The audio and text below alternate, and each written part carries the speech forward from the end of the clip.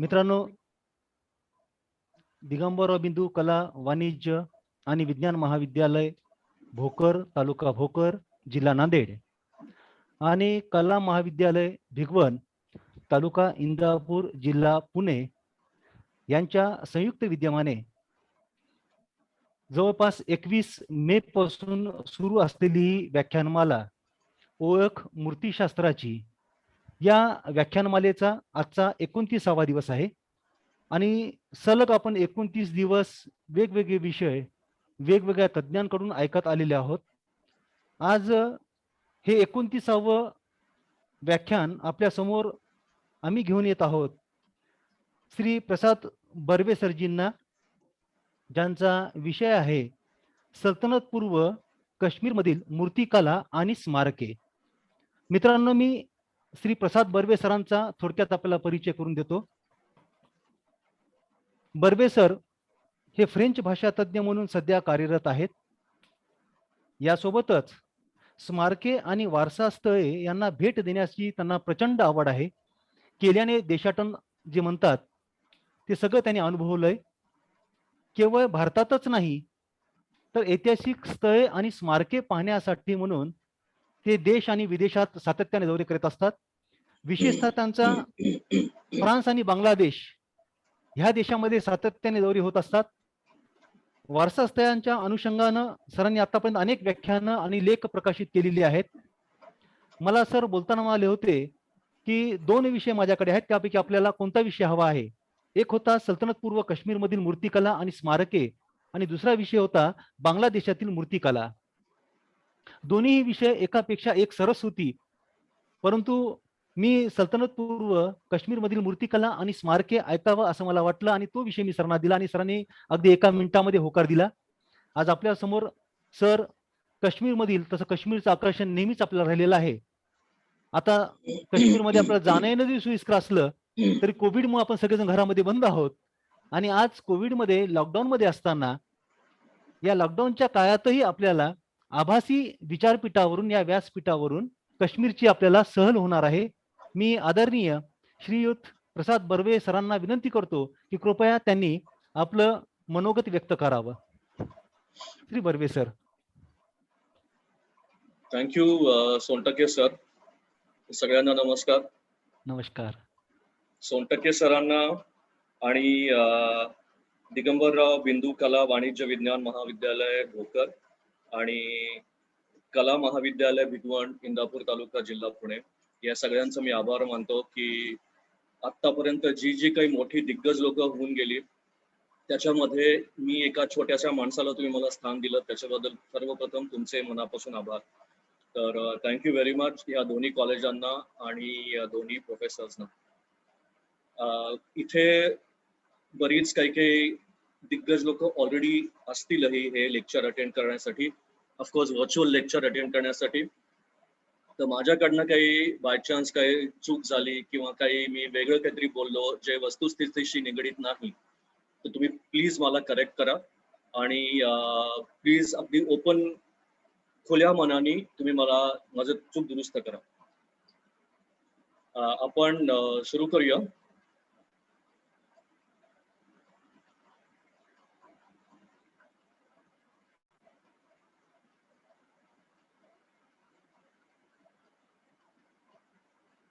आजचा आपला विषय आहे प्री सल्तनत मॉन्युमेंट्स आणि मूर्ती सुद्धा of the vale of Kashmir. Vale म्हणजे व्हॅली, काश्मीरचं खोरं. याच्यामध्ये आपण जे फोटोज बघणार आहोत ते फोटो सगळे मी काढलेले आहेत. त्या स्थळांवर जाऊन सगळे फोटो काढलेले आहेत. या पीपीटी मध्ये आपण जे बघणार आहोत ते नकाशे इंटरनेटवरनं घेतलेले आहेत आणि एका अतिमहान व्यक्तीचा एक फोटो आहे जो आपण बघणारच आहोत. तर त्याचे आपण उपकार काश्मीरच्या पुरातत्वीय संशोधनाविषयी किंवा उत्खननाविषयी किंवा ओव्हरऑल पुरातत्वीय जे भाग आहेत काश्मीरचे, तर त्यासाठी आपण त्या व्यक्तीचे सदैव ऋणी राहायला पाहिजे. तर अशी जी ही व्यक्ती आहे तर त्यांचा फोटो मी इंटरनेटवरनं घेतलेला आहे. आपण ही जी स्लाइड आहे, आपण मागच्या स्लाइडला जाऊया. ही जी स्लाइड आहे ती नदी आहे आणि त्या नदीचं नाव आहे लीडर. लीडर नदी जी आहे ती झेलम नदीची उपनदी आहे आणि झेलम नदीची उपनदी लीडर, तिचं मूळचं संस्कृत नाव होतं लंबोदरी, तिचं आज लीडर झालेलं आहे. अतिशय नयनरम्य हा स्पॉट आहे. एवढं शुद्ध पाणी आपल्याकडच्या नद्यांना मी कधी बघितलेलं नाहीये आणि त्या नदीचं पाणी मी ओंजळीने त्याच्या तिथे जे दगडगोटे आहेत तिथे गुडघे टेकून ओंजळीने पाणी भरपूर पोटभर मी तिथलं प्यायलो. आसपास कोणीही व्यक्ती नाही, कोणीही नाही, काही नाही, काही नाही. तर आपण सुरू करूया. ही जे एक स्लाइड आहे ती तिकडच्या एका मंदिराची आहे आणि मुद्दामून हे स्लाइड घेण्याची किंवा हा फोटो इथे निवडण्याचा उद्देश असा होता की आपल्याला हे भग्नावशेष दिसतात. हे पूर्णावस्थेतलं मंदिर नाहीये. तर मानवी इंटरफिअरन्स आणि नैसर्गिक ज्या प्रक्रिया चालतात त्याच्यामुळे ही जी अवस्था आहे मंदिरांची, ही जवळजवळ सगळ्या काश्मीर मधल्या सगळ्या मंदिरांची हीच अवस्था, प्लस मायनस थोड्याफार फरकाने हीच आपल्याला दिसते. इथे नक्कीच शिल्प असणार आहेत. मानवी हस्तक्षेपामुळे त्याच्यावरचं छप्पर गेलेलं आहे, तोडफोड झालेली आहे. त्याच्यामुळे छप्पर नसलं की डायरेक्ट तुमच्या दगडांवर जे शिल्प असतात त्यांच्यावर नैसर्गिक जे आघात होतात, ऊन, पाऊस, इथे बर्फ, टेम्परेचर, तापमानाचा फरक, तर याच्यामुळे जी झीज होते दगडाची किंवा हे कॅल्शियम चुनखडक आहेत, हे कम्पॅरेटिव्हली ठिसूळ असतात, तर त्याचं जे पापुद्रीकरण होतं तर त्याच्यामुळे ही अवस्था अशी झालेली आहे. फार काही बघायला चांगली अवस्था नाहीये. पण जी काही अवस्था सध्या शिल्लक आहे तर त्या अवस्थेतही आपल्याला काश्मीर मंदिर स्थापत्य शैली ही मी म्हणेन की एक वेगळी शैली आहे भारतीय बाकी मंदिर स्थापत्य शैलींच्या पेक्षा. तर तिच्यावर आपण एक थोडीशी नजर टाकणार आहोत तिथे. आपण ह्या टेरिटरीकडे आज आलेलो आहोत. हा आजचा मॅप आहे काश्मीरचा, जम्मू काश्मीर आणि लडाख. आपण इथे हिंडणार आहोत. टू बी स्पेसिफिक इथे काश्मीर म्हणून लिहिलंय. आपण ह्या एरियामध्ये हिंडणार आहोत. काश्मीरचं आपण जर का स्थापत्य बघितलं, काश्मीरचं जर का आपण मूर्तिशास्त्र किंवा मूर्तिकला बघितल्या तर आपल्याला असं दिसतं की आपल्याला गांधार हा जो प्रदेश आहे त्या गांधार प्रदेशाविना आपण काश्मीर बोलू शकत नाही. कारण काश्मीरच्या स्थापत्यावर, काश्मीरच्या इथे श्रीनगर आहे, काश्मीरच्या मूर्तिशास्त्रांवर, काश्मीरच्या मूर्ती सौंदर्य शास्त्रावर गांधाराचे आपल्याला बऱ्यापैकी कसे दिसतात. काश्मीर हे खूप जवळ आहे गांधाराच्या. आपण बघितलं तर इथे पुष्कलावती आहे जे आज पाकिस्तानमध्ये 4 सध्या आपण म्हणतो. इथे पुरुषपूर आहे जे पेशावर आहे आजचं पाकिस्तानातलं. ही जी मोठी केंद्र होती गांधाराची ती परत थोडं लांब तक्षशिला जे आहे ते, हे जे सगळी ठिकाणे आहेत ती काश्मीराला खूप जवळ आहेत. तर त्यामुळे प्रभाव पडणं स्वाभाविक आहे. काश्मीरहून सेंट्रल एशियामध्ये जायला ट्रेड रूट्स होते. पश्चिम भारतात म्हणजे आजच्या नाही, 1947च्या आधीच्या पश्चिम भारतात जायला इथून सुद्धा मार्ग होते. उत्तरेला व मध्य आशियामध्ये जायला मार्ग होते, व्यापारी मार्ग होते. आपण व्यापारी मार्गांबद्दल थोडे एक रेफरन्स बोलणार आहोत पुढे. एकच मिनिट जरा please you excuse me.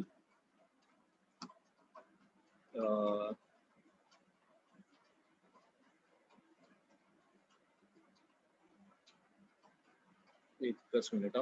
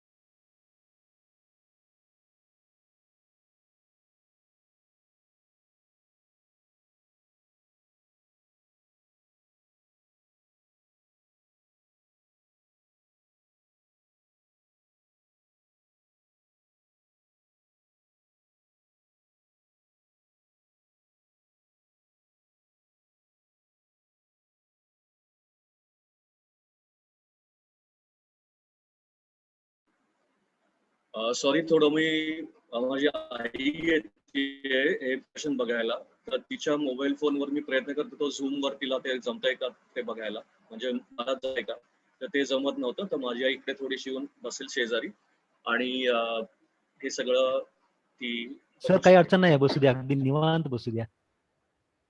Thank you sir, thank you. तुला दिसतंय? दिसतंय का? थँक्यू फॉर नाही, कोऑपरेटिंग. कारण कौतुक कौतुक आहे हवं. Thank you sir. तर आपण परत सुरू करूया. आपण मगाशी म्हणलं तसं गांधार प्रदेश आणि काश्मीर यांचं नातं अतूट नातं आहे. आणि म्हणून सुद्धा काश्मीर जी शैली आहे त्याच्यावर स्थानीय परिणाम आहेतच, स्थानीय छाप आहेच. त्याच्याच बरोबर गांधाराची पण खूप छाप आहे. तर ह्या दोघांचं एक सुंदर मिश्रण म्हणून काश्मीर स्थापत्य शैली आणि काश्मीर मूर्ती शैली उदयाला आलेली आपण बघतो. हा जो पुढचा मॅप आहे हा कनिष्काचं एम्पायर. काश्मीर का त्यांनी घेतलं नाहीये मला माहित नाही, कारण आपण एका साईटवर बघणार आहोत की कनिष्काच्याच पिरियडमध्ये जी संगीती झाली असं म्हणतात की त्या पुढे बघूया आपण. तर एनिवे, काश्मीर आणि कनिष्क, गांधार ही ती महान व्यक्ती रामचंद्र काक की जे आर्किओलॉजिकल सर्वे ऑफ काश्मीर, तेव्हा काश्मीर वेगळं संस्थान होतं, ते ऑफिशियली राजकीय दृष्ट्या भारतामध्ये नव्हतं.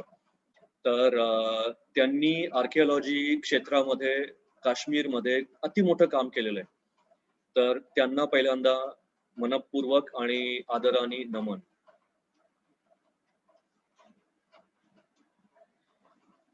या प्रेझेंटेशन मध्ये आपण मूर्तींबद्दल सुद्धा काही बोलणार आहोत. त्याच्यामुळे आपण पूर्ण सगळी साइट्स काश्मीरमध्ये जी जी मी भेट दिली आहे ती आपण बघू नाही शकणार आहे. तर आपण 2 बुद्धिस्ट, बौद्ध आणि 2 हिंदू साइट्स आपण बघणार आहोत. त्यातलं हे पहिलं आहे. आपण पुढे जाणारच आहोत. श्रीनगर पासून फार लांब नाहीये आणि अतिशय महत्वाचं स्थान आहे, अतिशय महत्वाचं ठिकाण आहे.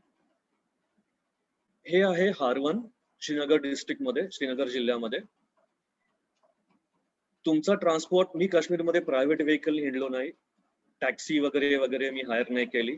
मी पब्लिक ट्रान्सपोर्ट मधनं सगळीकडे हिंडलो, गर्दीमध्ये बसत बसत, लोकांशी बोलत बोलत. त्यामुळे त्या ठिकाणापर्यंत टॅक्सी मला कधीच, वाहन मला कधीच घेऊन गेलेलं नाहीये. मला पब्लिक ट्रान्सपोर्टने रस्त्यावर सोडले आणि तिकडून मी आतल्या साईडला नेहमी चालत चालत गेलोय आणि हा एक अतिशय वेगळा एक्सपिरियन्स. जाता जाता एकदम सुगंध यायला लागला मला डोंगरावर. मी डोंगरावर चढत होतो कारण ते साईड डोंगरावर आहे. जाता जाता अतिशय सुंदर मला सुगंध यायला लागला आणि मला कळलं त्या सुगंधात की हा गुलाबाशी काहीतरी रिलेटेड संबंध आहे, सुगंध आहे. थोडं पुढे जाऊन बघितलं तर हे गुलाब, जंगली गुलाब, जंगली असतील की नाही का कोणी लावले असतील की नाही माहित नाही, पण तिथे वस्ती अजिबात नव्हती. असंच इथे जे खडकांची एक भिंत बांधली आहे, त्या भिंतीच्या पलीकडच्या साईडला हे अतिप्रचंड गुलाबाचं मोठं झुडूप होतं आणि फुलांनी बहरलं होतं आणि त्याचा सुगंध मला खूप आल्हाददायक होता. मी काश्मीरमध्ये आहे याची मला जाणीव करून देत होता. आपण हे गुलाबाचं अतिशय सुंदर मनमोहक जे झाड आहे किंवा वेल आहे ते सोडून आपण पुढे चाललोय. आपण पोहोचलोय हारवनला. हारवन हे कनिष्काच्या काळामध्ये कनिष्काने जी संगीती भरवली होती, जी काश्मीर संगीती म्हणून म्हणतात, की जिथे महायान पंथ ही शाखा एक वेगळी निघाली बौद्ध मान्यतेनुसार. तर ती जी संगीती झाली ती इथे झाली असं मानतात. सर्वसामान्यपणे इथेच झाली असं मानण्यात येतं. अजूनही काही दुसरी मतं आहेत, पण त्याच्याबद्दल आपण बोलूया नको, पण आपण काश्मीरमध्ये आहोत आणि सर्वसामान्य मान्यतेनुसार जे आतापर्यंत समजलं जात आहे त्याच्याविषयी आपण बोलूया. तर ह्या कनिष्काच्या काळामध्ये ही इथे संगीती झाली. हारवन हे आत्ताचं नाव आहे. मूळचं संस्कृत नाव आहे षड अर्हत वन, 6 अर्हतांचं वन. आणि इथे अजून एक महत्व या स्थानाला आहे, कारण तिथे नागार्जुन राहत होता किंवा राहत होते. सो नागार्जुनांचं हे राहण्याचं ठिकाण हारवन विहार, हारवन हे क्षेत्र. आणि चौथी संगीती. तर त्यामुळे अशामुळे हे अतिशय महत्वाचं स्थान आहे, अतिशय निग्लेक्टेड स्थान आहे. तिथे कोणीही फिरकत नाही. टुरिस्ट रूट वर हे अजिबात नाही. त्यामुळे एका दृष्टीने ठीक आहे, एका दृष्टीने वाईट आहे, कारण लोकांना याच्याबद्दल माहितीच नसतं. नॉर्मल टुरिस्ट जो येतो तो इकडे फिरकत पण नाही. काश्मीरच्या टुरिस्टिक ब्रोशर्स वर याचं नाव असेल तर खूप छोटं असतं किंवा नसतंही काही काही वेळेला. तर आपण अशा हारवनला आपण आता भेट देतोय. तर या षड अर्हत वनची सुरुवात इन द सेन्स की याचा शोध कसा लागला. जिथे मगाशी आपण गुलाबाची फुलं बघितली होती, तर तिकडे एक मोठा अगडबंब एक पाण्याचा पाईप आहे, तो उतारावरनं खाली जातोय. तर श्रीनगर शहराला पाण्याचा पुरवठा करण्यासाठी पाईपलाईन टाकली जात होती. ती पाईपलाईन टाकताना इकडे तिकडे खोदकाम करताना तिथे विटा मिळायला लागल्या. विटा, आणि तिथे जवळ एक शेत होतं. त्या शेताच्या मधोमध एक ओसाड एक पॅच होता की जिथे गवत किंवा बारीक सारीक काहीतरी उगवत होतं, पण ते पीक उगवत नव्हतं. आश्चर्य वाटलं लोकांना की हे असं काय आहे म्हणून. त्या लोकांनी तिकडे जाऊन बघितलं, तर तिथे एवढ्या निर्जन जागी डोंगराच्या अगदी जेंटल स्लोपवर खापरं खूप मिळायला लागली. त्यांना खापरं दिसली, खच पडलेला खापरांचा. आता इथे माणसं कधी होती, खापरं म्हणजे माणूस आला तिकडे, वस्ती आली, पण आता तर तिकडे काही नाहीये. मग ही खापरं इथे कधीपासून आली असतील किंवा का आली, कशी आली, वगैरे वगैरे वगैरे. परत ते खोदकाम चालू असताना विटा मिळायला लागल्या होत्या. ह्या सगळ्याचा एकत्र विचार करून इथे उत्खनन सुरू झालं आणि ही एक साईट, हे ठिकाण प्रकाशात आलं. याच्यामध्ये खूप मोठं श्रेय आपण बघितलेले श्रीयुत रामचंद्र काक त्यांना सुद्धा जात. तर अशा पद्धतीने या निर्जन पर्वतावर मानवी वस्ती होती, उत्खनन केलं गेलं आणि एक अतिशय महत्वाचं साईट उदयाला आलं आपल्या डोळ्यासमोर. इथे आपल्याला हे संपूर्ण साईट एक्सकवेट अजून नाही झालेलं, किंवा झालं असलं तरी सुद्धा ते परत कव्हर करून ठेवलेलं आहे. सध्या जे आपल्याला दिसतं त्याच्याविषयी आपण बोलणार आहोत. या इथे खोल्या दिसतात. ह्या खोल्या कदाचित रेसिडेन्शियल हेतूसाठी केलेल्या असतील.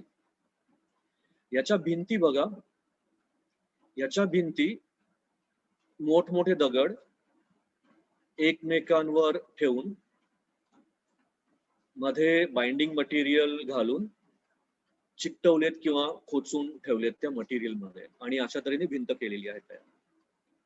हे आपण बघणार आहोत, त्याच्या पुढचं पण आपण काही एक बघणार आहोत, म्हणून हे सांगितलं. हा जो आहे हा 3 स्तरांचा स्तूप आहे. या स्तूपासाठी आपल्याला मोठं एक प्राकार दिसतं, आणि या प्राकारामध्ये प्रवेश करण्यासाठी इथे जिना दिसतो. तर इथे जिना दिसतो खाली उतरायला, तसंच बाहेरून पण वर चढायला जिना आहे. म्हणजे चढायचं, चौथऱ्यावर यायचं, परत उतरायचं, आणि आपल्याला समोर जे ठिकाण आहे, पूजेचं स्थान आहे, पवित्र स्थान आहे, ते आपल्याला समोर दिसतं. हे पण लक्षात ठेवा, हे आपल्याला पुढे रेफरन्स याचा पण आपण घेणार आहोत. तर इथे हा स्तूप असावा, म्हणजे स्तूप होता असं मानण्यात येतं. हे परत तो छोटासा जिना, आणि ऑब्व्हियसली हे अजून खोल असणार, कारण आता इथे माती साचलेली आहे संपूर्णपणे. हे तळापर्यंत, तळाच्या जमिनीपर्यंत आज हे तिथे जाता येत नाही, आपल्याला जाता येत नाही इन द सेन्स की तिथे माती सगळी भरलेली आहे. हा, आता हे बघा, मगाशी आपण बघितलं होतं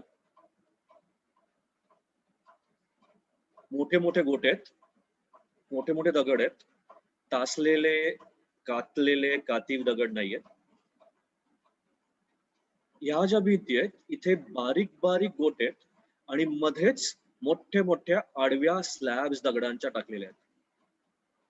तर हे डेव्हलपमेंट आहे काश्मीर मधल्या पुरातन स्थळांच्या बांधकाम साहित्यामध्ये.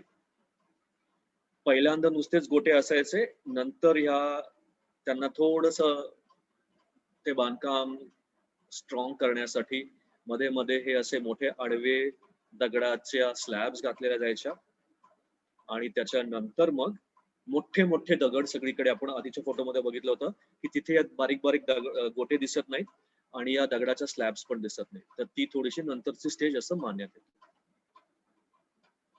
हे एक अजून एक देऊळ, हे मंदिर असावं किंवा एक श्राईन, मंदिर म्हणजे हिंदू मंदिर नाही तर एक श्राईन असावं, बौद्ध मंदिर असावं असं मानण्यात येतं. इथे परत आपण बघतो की आपण वर चढून येतो आणि इथे खाली आपण थोडस खड्ड्यामध्ये खाली पायऱ्यांनी उतरतो आणि हे जे आहे हे एक गोलाकार आपल्याला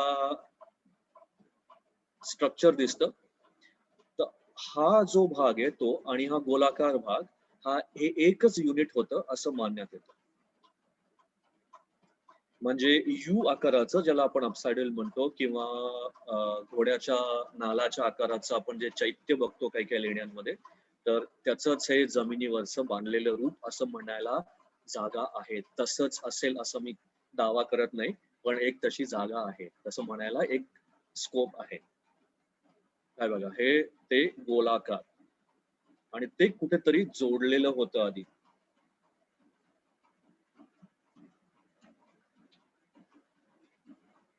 हा परत तो स्तूप, खाली दरीतली वस्ती दिसते. खूप सुंदर वातावरण होते. ते सकाळी सकाळी पोहोचलो होतो मी.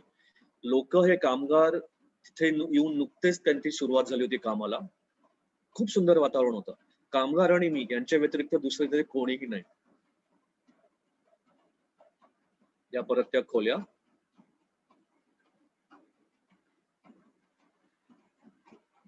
ह्या ज्या भाजलेल्या मातीच्या फरशा असं जर का आपण म्हणू, टाइल्स, टेराकोटा टाइल्स असं आपण जर का म्हणू, तर त्या सध्या श्रीनगरच्या म्युझियम मध्ये ठेवलेल्या आहेत आणि त्या हारवन मधनं आपल्याला मिळालेल्या आहेत. आपण लक्षात ठेवायला पाहिजे, आपण भारताच्या एक्स्ट्रीम नॉर्थ मध्ये आहोत आणि आपण आग्नेय नैऋत्य वायव्य दिशेला आहोत. तिथे भारताच्या इतर भागांमध्ये ब्राह्मी लिपी होती, ह्या भागामध्ये आपल्याला खरोष्ठी लिपी पण दिसते. आणि ह्या ज्या टाइल्स आहेत इथे आपल्याला, माझा कर्सर दिसतोय का नाही दिसत आहे? दिसतोय सर. Okay okay. तर हे बघा आणि हे बघा, मला खरोष्ठी लिपी येत नाही, पण तिकडे मला सांगण्यात आलं की हे खरोष्ठी लिपी मधले आकडे आहेत. इथे जर का कोणी आर्किओलॉजिस्ट असेल, खरोष्ठी लिपी जाणणारे असतील तर त्यांना नक्कीच माहिती असेल. समजा मी काहीतरी वेगळं बोलत असेल तर प्लीज मला तुम्ही करेक्ट करा. तर खरोष्ठी लिपी मधलं हे आकडे बघून मला जाणवलं की अरे, आपण खरोष्ठी लिपीच्या भागामध्ये आहोत. आपण महाराष्ट्रापासून खूप दूर आहोत. आग्नेय नैऋत्य वायव्येला आपण आलेलो आहोत, किंवा गांधार इन्फ्लुएन्स, वायव्येचा इन्फ्लुएन्स जो आहे त्या भागामध्ये आपण आहोत. आणि हे नंबरिंग त्यांनी का केलं होतं? असं म्हणलं जातं की हे जे टाइल्स आहेत त्या टाइल्सना एका क्रमामध्ये लावायचं होतं, एक डिझाईन तयार करायचं होतं. त्यामुळे ह्या नक्षीची टाइल त्याच ठिकाणी लावली गेली पाहिजे होती. तर कारागिरांना कसं करणार? कारागिरांच्या समोर चित्र वगैरे नसेल कदाचित, तर त्यांना सांगितलं गेलं असेल की हे जे नंबर आहेत त्या नंबरांच्या प्रमाणे तुम्ही टाइल लावा सिरियली, म्हणजे ते आम्हाला जे हवंय ते नक्षी किंवा ते चित्र आपोआप किंवा डिझाईन ते तयार होईल. याचा अर्थ असा की त्यावेळी त्या कारागिरांना बेसिक वाचता येत असावं, कदाचित नंबर्स तरी बेसिक वाचता येत असावे. आपण पुढे जाऊ. हे मला खूप इंटरेस्टिंग वाटलं म्हणून इथे मी ते ऍड केलं. आपण दुसऱ्या साईटवर येतो, त्याचं नाव आहे उशकुरा. बारामुल्ला नाही, बारामुला जिल्ह्यामध्ये. आणि बारामुलाचं पहिलं नाव होतं वराहमूल. वराहमूलचं बारामुला झालं. बारामुलापर्यंत श्रीनगरहून ट्रान्सपोर्टची जी बस जाते, त्या बसमधनं मी गेलो. वाटेत मला उतरावं लागलं आणि ह्या साईटवर यायला मला अतिप्रचंड चालावं लागलं. विचारत निर्जन, कोणीही नाही माझ्याशिवाय. टुरिस्ट मॅपवर तर संबंधच नाही काही याचा. आणि इथे पोचलो मी आणि याचं नाव आहे उशपुरा. उशपुरा हा अपभ्रंश आहे हुविष्कपुरा. कनिष्काच्या नंतर जो कुशाण सम्राट येतो हुविष्क, त्यांनी वसवलेलं हे गाव आहे, हे नगर आहे असं म्हणलं जातं, म्हणून त्याचं नाव हुविष्कपुरा. आपण गांधार टेरिटरीमध्ये आहोत, आपण कुशाणांच्या टेरिटरीमध्ये आहोत, आपण महाराष्ट्रापेक्षा खूप लांब आणि अतिशय वेगळ्या भागामध्ये आपण आलेलो आहोत. विचारतच जावं लागलं मला. तिथे एक थोडस खेडेगाव टाईप वस्ती होती. तिकडे एका दुकानात मी विचारलं की इकडे जवळ पडझड झालेलं काही आहे का वगैरे वगैरे. तर थोडस त्यांना एक्सप्लेन केलं मी. त्यांनी सांगितलं हा हा हे. मी म्हणलं कुठे आहे, कसं जायचं. अतिशय चांगली लोक. त्यांनी हा मुलगा मला बरोबर पाठवला. त्या मुलाला सांगितलं अरे जा रे, त्यांनी काश्मीरी भाषेत काहीतरी बोललं, त्यांनी तिकडे घेऊन जा. तर त्यांनी हा मुलगा मला तिकडे घेऊन आला. माझ्याजवळ छोटस काहीतरी चॉकलेट बिकलेट काहीतरी होतं, ते मी त्याला द्यायचा प्रयत्न केला, थँक्यू म्हणायला. तर तो लाजला आणि तो म्हणला नाही नाही नाही, मला काही नको मला. मी म्हणला अरे बघ थांब, तुझा एक फोटो तरी काढतो मी. म्हणून त्याचा फोटो आहे, त्याची एक खूप गोड आठवण माझ्या मनात आहे. आणि तो पळत लगेच निघून गेला. त्यांनी मला इथे सोडलं, फोटो झाला आणि तो लगेच निघून गेला. तर आपण इथे बारामुला जिल्ह्यामधला हुविष्कपुरा मधलं जो स्तूप आहे, त्या स्तूपाच्या अवशेषांवर आहोत आपण. हा जो स्तूप दिसतोय आपल्याला, हे रथ आपल्याला दिसतात. त्या स्तूपाच्या आसपास नक्कीच विहार असणार. कारण इथे थोडस एलिव्हेटेड दिसतंय आपल्याला. तिकडे नक्कीच कक्ष असतील, सेल्स असतील राहण्यासाठी, असा अंदाज. हा जो प्लॅन आहे, हा जो रथांचा प्लॅन आहे किंवा हे जे डिझाईन आहे त्याच्या प्लॅनचं, ते आपल्याला परिहासपुरामध्ये पण दिसतं. परिहासपूर ही ललितादित्यांनी वसवलेली राजधानी होती.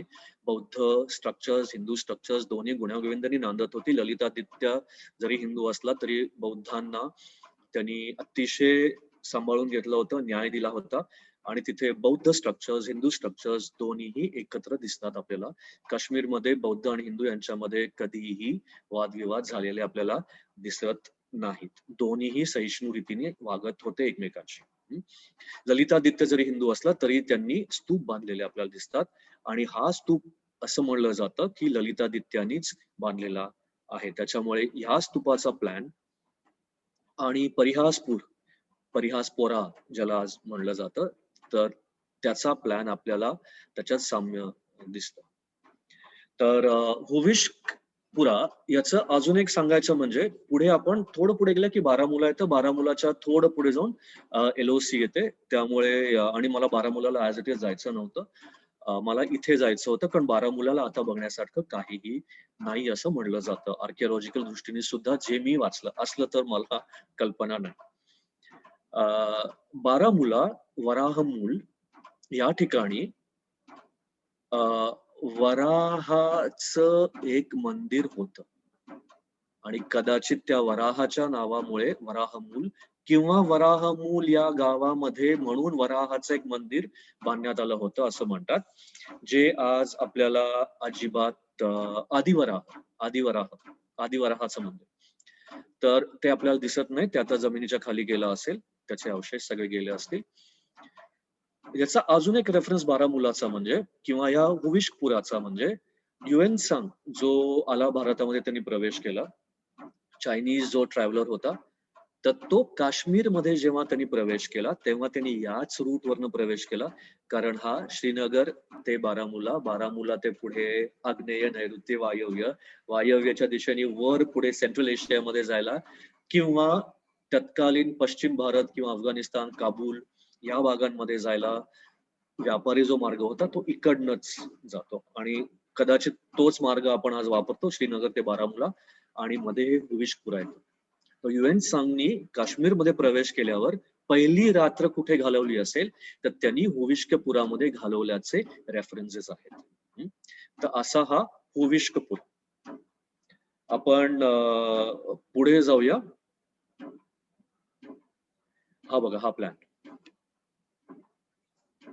हा त्या स्तूपाचा प्लॅन.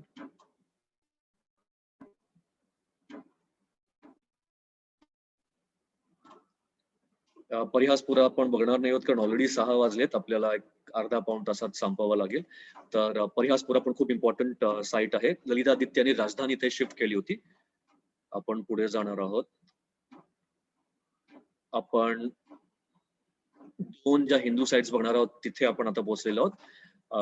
अवंतीवर्मन नावाचा ललितादित्याच्या नंतर काश्मीरमध्ये जर का कोणी मोठा राजा, त्याच्यानंतर बरेच होऊन गेले, पण त्याच्यानंतर मोठा महान राजा आपण म्हणायचं झालं तर आपण अवंतीवर्मनचं नाव आपण घेऊ शकतो. अवंतीवर्मन ललितादित्यांनी काश्मीरची आपल्या राज्याचे प्रदेश खूप वाढवला. वेगवेगळ्या प्रदेशांना सामावून घेतलं, लढाया केल्या, टेरिटरी एक्सपांड केली. ललितादित्य नक्कीच महान होता. तसाच महान पण दुसऱ्या दृष्टीने बघितलं तर अवंतीवर्मन होता. अवंतीवर्मननी जनतेला स्थैर्य दिलं. ऑलरेडी जे एक्सपांडेड एम्पायर म्हणावं लागेल, राज्य नाही काश्मीरचं, तर ते एक्सपांड केलेले जे टेरिटरीज ऑलरेडी काश्मीरमध्ये आता आल्या होत्या, काश्मीर खूप मोठं झालं होतं आता, काश्मीरचं राज्य. तर तिथे त्या लोकांना स्थैर्य देण्यासाठी, त्या लोकांना शांतता देण्याचं काम ललितादित्याच्या नंतर अवंतीवर्मननी खूप मोठ्या प्रमाणावर केलं. अवंतीवर्मन हा गुणग्राहक होता, शांतताप्रिय होता, कलाप्रेमी होता आणि त्याच्याबरोबरच अवंतीवर्मन हा एक मोठा बिल्डर पण होता. जसा ललितादित्य मोठा बिल्डर होता तसाच अवंतीवर्मन सुद्धा एक खूप मोठा बिल्डर होता. आणि त्यांनी अवंतीपूर या गावी त्यांनी 2 मोठी मंदिरं बांधली ज्यांची अवस्था आज अशीच आहे. परत सेम तीच 2 कारणं. तर इथे आपण आता आलेलो आहोत आपण अवंतीश्वर मंदिरामध्ये. श्वर म्हणलं की शंकराचं. मुद्दामून हे घेतलंय मी कारण आपण इथे नेहमीचा दिसणारा आपण प्लॅन बघणार आहोत. काश्मीरचं एक typical style of temple architecture आपल्याला दिसतं. त्याचं जे प्लॅन आहे, त्याचा जे प्राकार आहे, ते एका विशिष्ट आकारामध्येच त्याचं निर्माण होतो. नॉर्मल केसेसमध्ये आपण बाहेरून येतो, ही गाडी, ही योगायोगाने ही गाडी आलेली, कारण ह्या गाडीतनं एक माणूस उतरला होता. ड्रायव्हर काश्मीरी होता, हा माणूस काश्मीरी दिसत नव्हता आणि त्याला एक फोन आला आणि तो फोनवर मराठीत बोलायला. त्याचं फोनवर बोलणं झालं मी त्याला विचारलं, तो म्हणे मी मुंबईहून आलेलो आहे, आम्ही फोन नंबर एक्सचेंज केले वगैरे.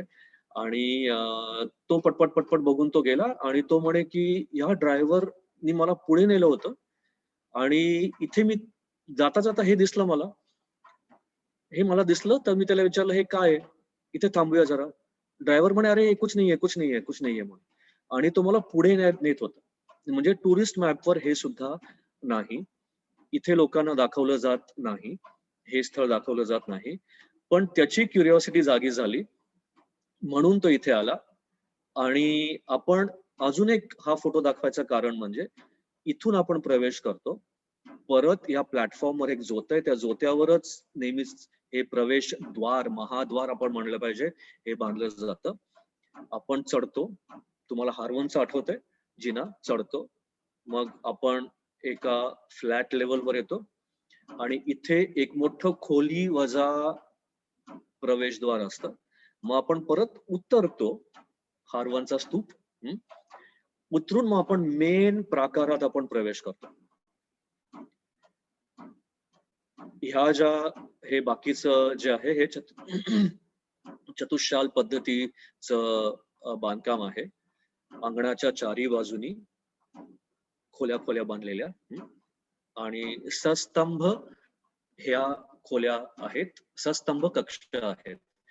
पुढे वरांडाला सपोर्ट म्हणून वरांड्याच्या छप म्हणून आपल्याला खांब दिसतात, ते आपण पुढे बघणार आहोत जास्त डिटेल मध्ये.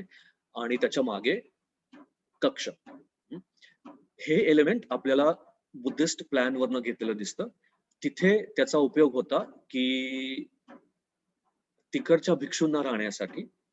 इकडे भिक्षूंचा संबंध काही येत नसल्यामुळे त्या खोल्या ज्या बांधल्या गेल्या हिंदू मंदिरांच्या चहूबाजूनी पेरिफेरीला, त्या खोल्या आकाराने छोट्या दिसतात आपल्याला, कारण तिथे राहायचं नसतं आपल्याला. तिथे कदाचित देवांची मूर्ती तिथे ठेवायची असते. हे मंदिर आहे हे पंचायतन पद्धतीने बांधलेलं आहे. त्यातलं एक आयतन छोटस इथे दिसतं, हे मुख्य मंदिर अवंतीश्वराचं, शंकराचं मंदिर. हे जे आपल्याला झोतं दिसतंय त्याच्यावर आपल्याला हे दिसतंय ऑलरेडी, तिथे नक्कीच सपोर्टला खांब असणार आणि मागे ते कक्ष असणार. गांधार ग्रीक हा स्तंभ बघून आपल्याला ग्रीक स्तंभाची आठवण येते. फ्लुटेड ज्याला म्हणतो आपण, जे कंगोरे आहेत अंतर्गोल डिझाईननी त्याच्यावर ते तासलेले. आपल्याला हे ग्रीक रोमन स्थापत्याकडे घेऊन जातात. आपण गांधाराच्या जवळ आहोत. इथे ह्या दोन मूर्ती दिसतात आपल्याला. असे मोठमोठे दगड पडलेले आहेत, मोठमोठे तासलेले कोरलेले दगड पडलेले आहेत. तुम्ही बघितलं तर कोरीव काम फार काही चांगलं शिल्लक नाही. हा इथे भारवाहक आहे बघा, भारवाहक. त्याची पोझिशन बघितली का? हा पाय असा आणि हा पाय इथे गुडघ्यात वळवून असा. सेम भारवाहकाचं, उडत्या भारवाहकाचं किंवा उडत्या गंधर्वांचं, उडत्या देवदूतांचं, आकाशात उडणाऱ्या माणूस सदृश व्यक्तींचं आपल्याला बऱ्याच वेळेला असंच डेपिक्शन दिसतं. माझ्या मताप्रमाणे इथे स्टॉलवर्ड्स खूप बसलेले असतील, त्यांनी प्लीज गाईड करावं. मी हे कशाच्या जोरावर म्हणतोय तर बंगालमध्ये, बांगलादेशामध्ये सुद्धा जे आपल्याला टेराकोटा प्लाग्स दिसतात आणि किंवा दुसरीकडे काही आपल्याला दिसतं बंगालमध्येच, बांगलादेशामध्ये, त्यांचं सुद्धा त्यांच्या शरीराची मांडणी जर का आपण म्हणलं तर ती साधारणपणे अशीच असते उडणाऱ्या लोकांची. तर हा उडतोय सुद्धा आणि त्यांनी वर ते स्ट्रक्चर तोलून सुद्धा धरलेलं आहे. आपण पुढे जात आहोत. ग्रीक स्तंभ, ग्रीक स्टाईलचा स्तंभ, तो इथे बसवण्यासाठी खोबण आहे. खोबणीत जास्त चांगलं बसू शकेल ना, नुसतं जोडण्यापेक्षा. आणि इथे आपल्याला दिसतं कलश. एक मडकम, एक खूप साधा शब्द झाला, एक्सक्यूज मी, पण कलश किंवा मृत पात्र दिसतं आपल्याला. त्याचं इमिटेशन आपल्याला इथे दिसतं. हे भारतीय एलिमेंट. आपण आलेलो आहोत आता अवंती स्वामी मंदिराकडे. अवंती स्वामी काश्मीरमध्ये श्वर म्हणलं की शंकर, जो आपल्याकडे पण असतो, आणि स्वामी म्हणलं काश्मीरमध्ये की ते विष्णूचं मंदिर. वैष्णव संप्रदाय काश्मीरमध्ये, गांधारामध्ये सुद्धा खूप मोठ्या प्रमाणावर प्रचलित होता. काश्मीर शैविझम पण प्रसिद्ध आहे, पण ते कंपॅरेटिव्हली नंतर आलं. इथे मला माझ्या गुरु डॉक्टर मंजिरी मॅडम भालेराव यांची आठवण येते. त्यांनी आम्हाला जी कॉइन्स दाखवली होती गांधाराची, किंवा तिकडची आयकोनोग्राफी जी दाखवली होती. नंतर मला डॉक्टर श्रीनंद बापट सरांची जो इथे आठवण येते, कारण धर्माचे लेक्चर्स जेव्हा आमचे चालू होते तेव्हा त्यांनी मेन्शन केलं होतं धर्म तत्वज्ञान या बाबतीत की गांधारामध्ये आपल्याला वैष्णविझम हे खूप आधीपासून आपल्याला दिसतं. वैष्णविझम आपण बघतो इथे आपल्याला बारामुलाचं नाव माहिती होतं, ओरिजिनल नाव माहिती आहे, वराहमूल आदि वराहचं मंदिर. काश्मीरमध्ये वैष्णविझम खूप प्रचलित होतं. तर हे अवंती स्वामीचं मंदिर, same plan, same same same, काही फरक नाही. आपण ह्या भागातनं वर चढून येतो, हे मोठं प्रवेशद्वार, वरची कमान गेलेली आहे जी आपण एका पुढच्या साईड मध्ये बघणार आहोत. 6:15 वाजलेत. सोनटक्के सर, सर घ्या घ्या. कितीपर्यंत तुम्ही मला वेळ देऊ शकता, म्हणजे किती घाई करायची त्याच्यावर, म्हणजे किती पटपट पटपट जायचं किंवा डिटेल किती सांगायचं नाही सांगायचं ते थोडंसं प्लॅनिंग करता येईल मला. तुम्ही अजून किती वेळ देताय सर? 7 वाजेपर्यंत 7:30 पर्यंत आपण घेऊ शकता सर. आपले श्रोते अरे, फार पक्के आहेत. थँक्यू थँक्यू आपल्याकडे सर. 2.5 पावणे 3 तासापर्यंत कार्यक्रम झालेले आहेत. बरं बरं, नाही नाही, एवढं मी कंटाळवाणं नाही करणार, एवढं मी लांबवणार, एवढी लांबड नाही लावणार. पण 6:30च्या नंतर आपण बराच वेळ पुढे आपण जाऊया. Thank you sir, thank you, thanks a lot sir, thank you. तर आपण अवंती स्वामी मंदिरावर आलेलो आहोत. इथे आपल्याला परत तळखडे दिसतात. तळखड्यांच्या मध्ये इथे बघितलं काय, इथे खोबण आहे, काहीतरी स्तंभ उभारण्यासाठी असेल, लाकडाचा स्तंभ. किंवा दुसरीकडे पण तो कुठे असेल, तो इथे आणून ठेवलेला असेल कदाचित, कारण नॉर्मली इथे कमान दिसते. आपण पुढचं मंदिर बघणार आहोत, तिथे आपल्याला कमान दिसते याच्यावर, जी नशिबाने आज सुद्धा टिकून आहे. आत गेल्या गेल्या दोन्हीकडच्या भिंतींवर आतल्या बाजूनी आपल्याला स्कल्पचर्स दिसतात म्हणजे त्याचा अवशेष, त्याचे झिजलेले पुसलेले, दोन्ही फोर्सेसमुळे. परत पायऱ्या उतरून आपण मुख्य प्राकारात आपण येतो. मुख्य प्राकारात समोर गेलं की मुख्य मंदिर. इथे परत 2 स्तरांमध्ये त्या पायऱ्या आहेत. आपण बघितलं होतं 3 स्तरांचा स्तूप, इथे पण स्तर आहे. तिथे एकच प्लॅटफॉर्मवर चढून नाही जायचं आपल्याला, इथे 2 प्लॅटफॉर्म चढायचे आहेत वर, एकावर एक 2 ज्योती आहेत. आपण कोरिलेट करू शकतो हलके हलके. त्याच्या बाजूनी हे कक्ष बांधलेले आहेत. हे बौद्ध स्थविरांचे कक्ष इथे नाहीयेत, त्यामुळे तेवढे मोठी बांधायची, ते राहायची जागा नाहीये, त्याच्यामुळे एवढे मोठे कक्ष बांधायची गरज नाही आकाराने. पण सेम पॅटर्न मेंटेन केलेला आहे. आपण पुढे जाऊया. आपल्याला ही कमान मी मुद्दामून घेतली. ही कमान या विशिष्ट स्टाईलची, खालचे स्तंभ सोडून द्या, अर्धस्तंभ सोडून द्या, वरच्या साईडला या. फक्त ह्या एरियामध्ये आपण बघूया. ट्रिफॉइल आर्च, 3 भागांची 3 अर्धवर्तुळाकार आकार एकमेकाला जोडून केलेली आर्च, हे सगळ्यात वरचा. इथे नॉर्मली अजून एक गोलाकार हवा असतो नॉर्मली, तो इथे त्यांनी थोडस शैली बदलून त्यांनी 2 टोकं थोडी प्रोजेक्ट केले, पुढे आणलेली आहेत. आपण हे थोडं पुढे बघूया आणि आपण बामियांचे बुद्ध आपण आठवूया. तेव्हा ते बुद्ध कुठल्या टाईपच्या आर्चेस मध्ये बसवले होते? अफगाणिस्तानमध्ये, पण गांधारच प्रदेश, इथे सुद्धा गांधाराचाच इन्फ्लुअन्स आहे. आणि सेम आर्चेस, सेम बामियांची आर्च. म्हणजे बामियांचं चित्र मी बघितलं टीव्हीवर किंवा पेपरमध्ये, ते खूप येत होतं मध्ये, त्याच्यामुळे ती आर्च लक्षात आहे पक्की. बाकी ठिकाणी सुद्धा गांधारामध्ये अशीच आर्च असण्याचे खूप चान्सेस आहेत. इकडे एक स्त्री दिसते आपल्याला, आपण त्याचा हा क्लोजअप आहे, आपण त्याचं ओव्हरऑल या शिल्पाचं आपण चित्र नंतर बघणार आहोत. आपण ही स्त्री, तिचा मुकुट बघा, हा स्पेशल काश्मीरी स्टाईलचा मुकुट आहे. आपल्याला आपल्याकडे दिसणारे मुकुट, साऊथ इंडियामध्ये दिसणारे मुकुट वेगळे आहेत. इथे 3 टोकं असलेला मुकुट आहे. हा आपल्याला नॉर्मली सगळीकडे हाच मुकुट आपल्याला काश्मीरमध्ये दिसतो. माणसं असतील, देवदेवता असतील, नॉर्मली आपल्याला हा मुकुट आपल्याला दिसतो. कानात मोठी कुंडल आहेत,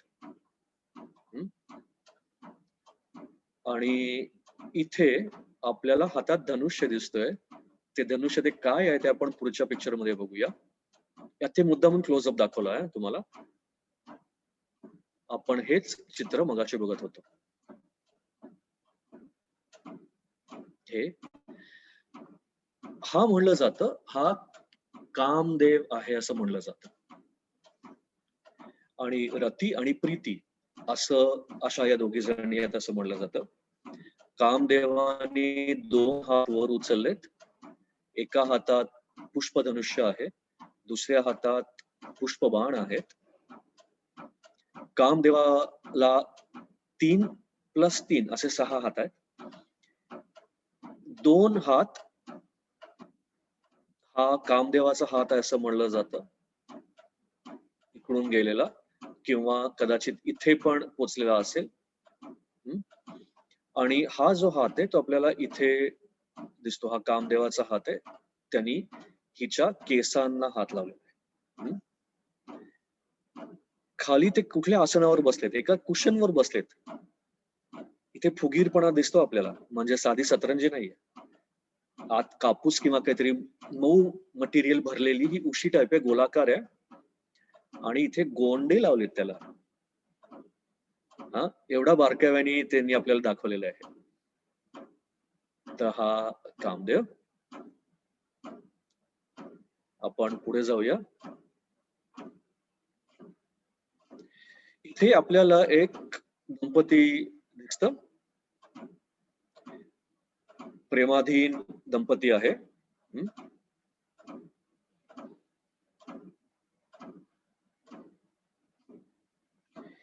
हे चारी बाजूने जे आपल्याला कक्ष दिसतात आणि सस्तंभ जे कॉरिडोर आहे ते हे स्तंभ, त्याच्यावर नक्की छप्पर असणारे जे गेलेले आहे.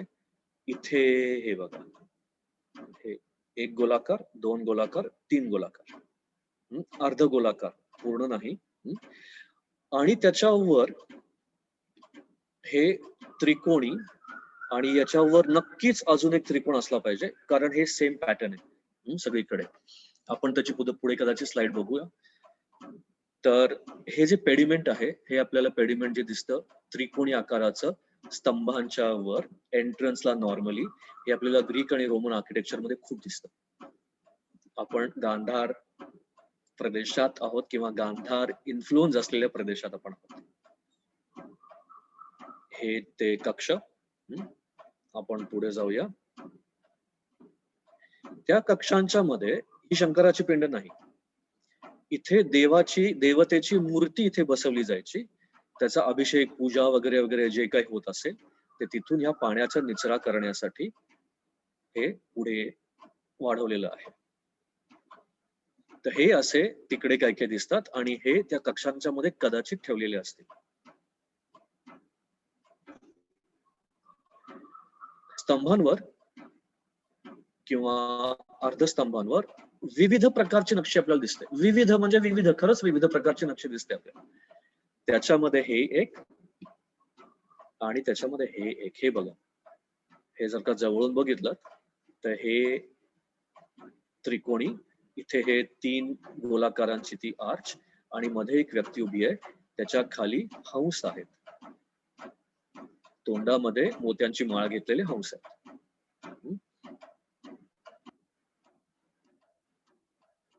हे जवळ,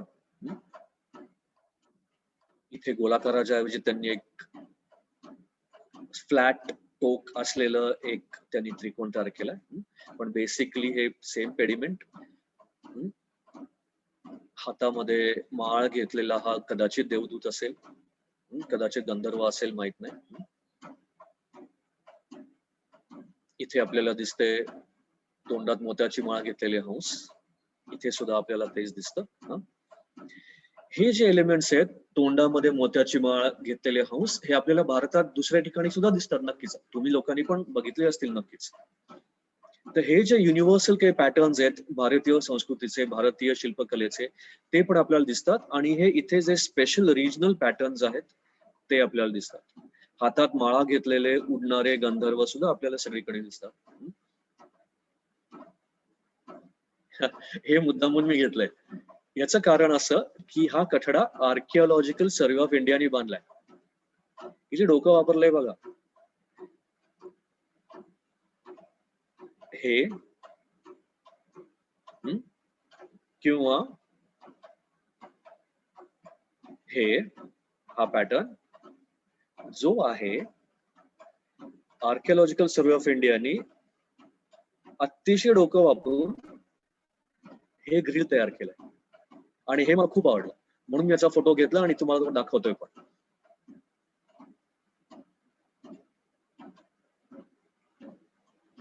आपण पुढच्या मंदिराकडे जातोय, मार्तंड मंदिराकडे. मार्तंड जे मंदिर आहे ते काश्मीरचा सम्राट आपण जर बघितलं ललितादित्य त्यांनी बांधलेला आहे. ललितादित्य हा अतिशय मोठा सम्राट होता. त्यांनी काश्मीरी टेरिटरी खूप वाढवली. त्यांनी मोठी मोठी बांधकामं केली. परिहासपुराची राजधानी त्यांनी वसवली. परिहासपुराची राजधानीच बसून फालतू फालतू घरं नाही बसवली, तर त्याच्यामध्ये मोठमोठी मंदिरं बांधली, स्तूप बांधले. अजून एक रेफरन्स आपल्याला मिळतो जो आता आपण बघितला की बारामुलामध्ये त्यांनी आदिवराहाचं पण खूप मोठं मंदिर बांधलेलं होतं, जे आज भुईसपाट पण नाहीये, भुईच्या खालीच आहे कदाचित त्याचे अवशेष. आणि भारतामध्ये जे मोजकी सूर्याची जी मोठी मोठी मंदिरं बांधली गेली होती त्यातलं हे एक. माझ्या माहितीप्रमाणे 4 होती. इथे जे एक्सपर्ट्स आहेत माझ्यापेक्षा खूप ज्ञानी लोक इथे असतील तर त्यांनी अजून गाईड करावं की अजून कुठे कुठे असतील. माझ्या माहितीप्रमाणे मुलतानमध्ये, जे आज पाकिस्तानमध्ये आहे, मुलतानचं मूळ नाव आहे मूलस्थान. मूलस्थानचं ते मुलतान झालं. तर मुलतानमध्ये खूप मोठं सूर्य मंदिर होतं. मार्तंड म्हणजे सूर्यच, तर मार्तंड सूर्य मंदिर काश्मीरमध्ये. ओरिसामध्ये आपल्याला कोणार्कला सूर्य मंदिर दिसतं आणि गुजरातमध्ये मोढेराला एक सूर्य मंदिर दिसतं. तर ही 4 ऍटलिस्ट मला माहिती असलेली खूप मोठी मंदिरं. अनफॉर्च्युनेटली मुलतानमध्ये जाऊ शकलो नाही कारण तो देश वेगळा आहे, विजाचे प्रॉब्लेम्स वगैरे वगैरे आपल्या सगळ्यांना कल्पना आहे. पण फॉर्च्युनेटली मी बाकीची उर्वरित 3ही मंदिरं बघू शकलो, मी इथे भेटू शकलो. तर आपण इथे मार्तंड सूर्य मंदिरामध्ये आहोत. आपण ऑलरेडी ते जे प्रवेशद्वार, मोठं द्वार ते आपण ओलांडलेलं आहे. जिना चढून मग फ्लॅट, मग जिना उतरून आपण मुख्य प्रांगणामध्ये प्राकारात आपण आलेलो आहोत. इथे आपल्याला कुंड दिसतं आणि या कुंडाच्याच आसपास आपल्याला हैदर सिनेमामध्ये, हिंदी फिल्म हैदर, तिथलं एक गाणं इथे शूट केलंय ह्याच बॅकग्राऊंडवर. आपल्याला इथे परत 2 लेवलचं मुख्य मंदिराचं स्थान दिसतं एका उंच चौथऱ्यावर. हा चौथरा खरंच उंच आहे कारण हे ओव्हरऑलच मंदिर खूप प्रशस्त आहे, त्यामुळे त्याच प्रपोर्शन मध्ये आपल्याला हे सगळंच मोठ्या प्रमाणावर दिसतं. मंदिरामध्ये एंटर करताना ही जी आपल्याला आर्च आहे, ती मी आर्च म्हणलं तसं, ती अजूनही शिल्लक आहे. त्याच्यामुळे थोडी कल्पना येते की कसं असावं.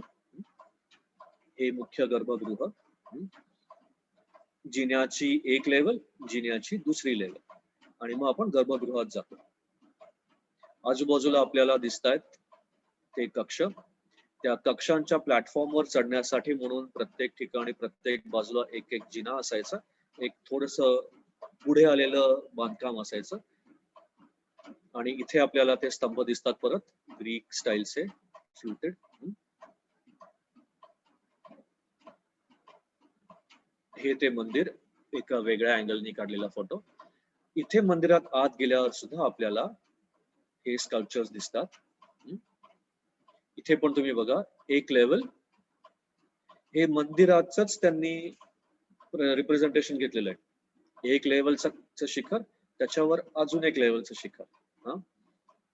इथे पण एक लेवलचं शिखर दिसतं आपल्याला सगळीकडे. आता आपण दुसरं लेवल चढून आपण वर आलेलो आहोत आणि इथे आपल्याला बेसिकली हे मला तुम्हाला दाखवायचं आहे. याच्यावरून सध्या काश्मीरात पूर्णावस्थेतलं मंदिर जवळजवळ नाहीच. 2 मंदिरं माझ्या माहितीप्रमाणे आहेत, जी छोट्याशा स्केलवर आहेत. छोटी मंदिरं आहेत. ती कशी सुटली, कशी इंटॅक्ट राहिली, हे एक मला पडलेलं कोडं आहे. तर त्यावरून कल्पना येते की मंदिरांचा आकार, या भग्न मंदिरांचा आकार कसा असावा, जे खूप वेगळा आकार मंदिरांचा. स्थापत्य जे आहे ते खूप वेगळं आहे भारताच्या इतर बाकीच्या ठिकाणच्या मंदिरांपेक्षा. कन्सेप्ट तोच आहे. मंदिर आहे, गर्भगृह आहे, वर शिखर आहे. शिखरांचा आकार कम्प्लीट वेगळा. शिखरांच्या आकारावर आपल्याला गांधार शैलीचा इन्फ्लुअन्स दिसतो. त्याच्यामध्ये जी कमान आहे, 1, 2, 3 हे आकार आपल्याला सगळीकडे दिसतात. त्याच्यामध्ये मूर्ती बसवलेली आहे. इकडे तुम्ही बघू शकता दगडांवर पापुद्रे निघालेले आहेत. दगड ठिसूळ झालेले आहेत. सगळीकडे असं सपाट छान दगड आपल्याला कुठेच दिसत नाहीये. निसर्गाची अवकृपा. हे जे कमान आपण बघितलं मुख्य मंदिरावरचं, तिथे पूर्ण विकसित कमळ आपल्याला दिसतं.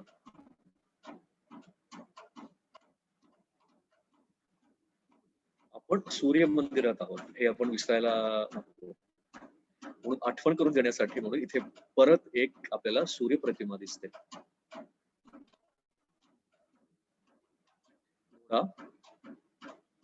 घोड्यावर बसलेली एक व्यक्ती, दोन्हीकडे पाय, पण त्या पायात सर्वांना आपल्याला माहितीये सूर्याचं मूर्तिशास्त्र कसं असतं ते. सूर्याचं आपण जे डेपिक्शन करतो, सूर्य दाखवतो, त्याच्या पायामध्ये नेहमी आपल्याला बूट दिसतात गुडघ्यापर्यंत, आणि 2 हातांमध्ये 2 कमळं दिसतात.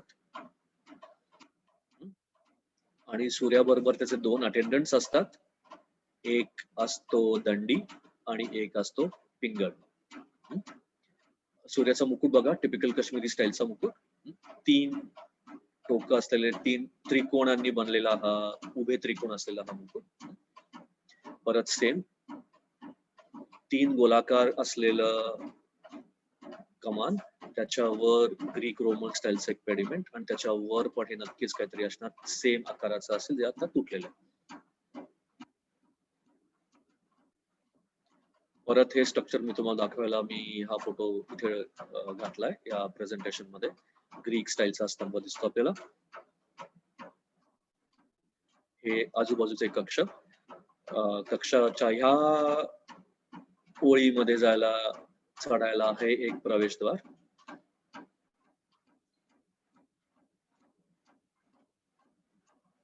हा एक जवळ इथे पण आपण कक्ष बघितलेत. हा वरांड्यामधनं आपल्याला जाता येतं. हे परत सेम 3 वर्तुळाकार आकार असलेली कमान, त्याच्यावर हे पेडिमेंट त्रिकोणी, त्याच्यावरचं स्ट्रक्चर. आपण पुढे जाऊया. हे आपल्याला नाही, इथे आपण सुगंधीश्वराच्या मंदिराकडे, तो इथे एकच दाखवायचं म्हणजे हे जे पडलेत ते परत सेम ग्रीक स्तंभ. इथे दाखवायचं म्हणजे 2 गायी आहेत. हे कामधेनूचं डेपिक्शन आहे असं मी अंदाज करतो.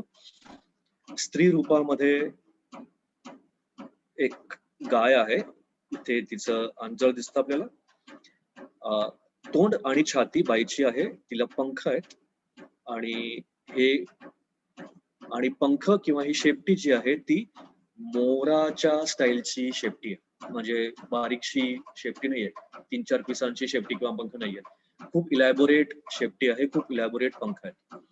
तर हे 2 कामधेनूंचं शिल्प असावं असं मला वाटतं. आपण पुढे जाऊया. आपण येतो आता काश्मीर मधल्या मूर्तींच्याकडे. ऑलरेडी 6:30 वाजले. 2च मिनिटं.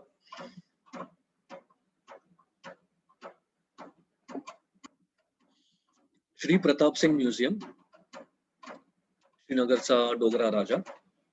1800 काहीतरी साली श्रीनगर मध्ये झेलम नदीच्या किनारी, जो आज पण झेलम नदीच्या किनारीच आहे, म्युझियम हे जे आहे सरकारी म्युझियम काश्मीरचं. तर त्या श्री प्रताप सिंग या राजानी राजा हरिसिंगाचे वंशज, हरिसिंग, राजा हरिसिंग 1947 वगैरे वगैरे. तर प्रताप सिंग जे होते त्यांनी आपला समर पॅलेस जो झेलम नदीच्या किनारी होता तो त्यांनी म्युझियम साठी दिला, की तिथे टेम्पररी तुम्ही ठेवू शकता, पण नंतर ते टेम्पररी ते परमनंटच तिथे म्युझियम तिथे वसलं गेलं असं. तर टेराकोटा फिगर्स आहेत हे उशकुरामध्ये आपल्याला सापडलेलं आहे. Baramulla district 4th century AD मधलं हे आपल्याला सापडलेली ही शीर आहे.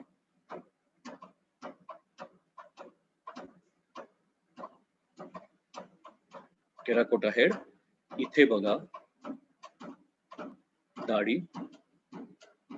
इथे आपल्याला गांधार स्कल्पचर्स किंवा समटाइम्स इव्हन ग्रीक स्कल्पचरची आठवण करून दिली जाते या दाढीच्या स्टाईल.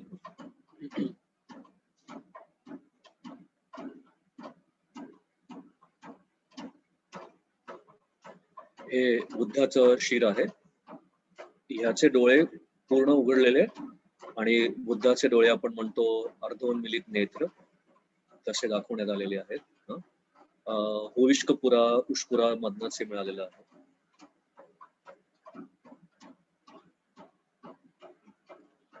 इथे आपल्याला कार्तिकेय दिसतं, बीजबेहारा अनंतनाग जिल्ह्यामधलं. आपण ओळखू शकतो मोर. या मोरा हा कार्तिकेय असावा असं आपल्याला दिसून येतं. अजून एक दाखवायचं म्हणजे हे दोन्ही बाजूला आपण गांधाराच्या जवळ आहोत, आपण तिबेटच्या जवळ आहोत. जर का तुम्ही तिबेटियन पेंटिंग्स बघितलीत तर केसांना बांधलेल्या रिबिनी किंवा फिता ज्या असतात तीही फीत किंवा रिबिनी ज्या असतात त्या.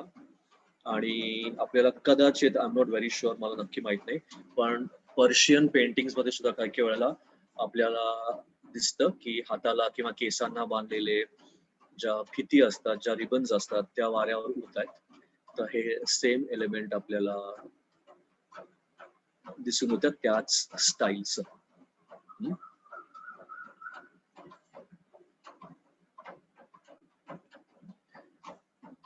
कोण व्यक्ती आहे आपल्याला कळत नाही, माहित नाही, पण टिपिकल आपल्याला ग्रीक पद्धतीचं वस्त्र. गांधार शिल्पांची अजून एक विशेषता म्हणजे त्याच्यावरच्या सुरकुत्या, चुण्या, ज्या मथुरा शिल्पांवर एवढ्या सुरकुत्या दिसत नाहीत ज्या गांधार शिल्पांवर दिसतात. इथे बऱ्यापैकी आपल्याला सुरकुत्या दाखवलेल्या दिसतात. पायात बूट आहेत, गांधार इन्फ्लुएन्स.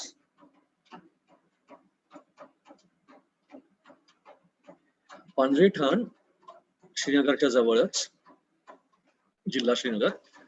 पांढरे ठाण मध्ये सुद्धा एक आर्किओलॉजिकल साईट आहे, खूप मोठं आहे, पण तिकडे नॉर्मली जाणं शक्य नसतं. त्याचं कारण तुम्हाला मी नंतर सांगेन. पांढरे ठाणचं मूळचं नाव आहे पुराणाधिष्ठान. पुराण अधिष्ठान. श्रीनगर ही राजधानी होण्याच्या आधी काश्मीरची राजधानी पुराणाधिष्ठानला होती असं म्हटलं जातं, म्हणून पुराणाधिष्ठान. आधी अधिष्ठान होतं, नंतर ते हल्लं, म्हणून हे आता जुनं अधिष्ठान झालं, म्हणून पुराणाधिष्ठान. इथे आपल्याला बुद्ध दिसतो. गौतम बुद्ध हे जे दिसतात आपल्याला, तर त्यांच्या पण अंगावर जे वस्त्र आहे त्याच्या आपल्याला चुण्या जास्त दिसतात.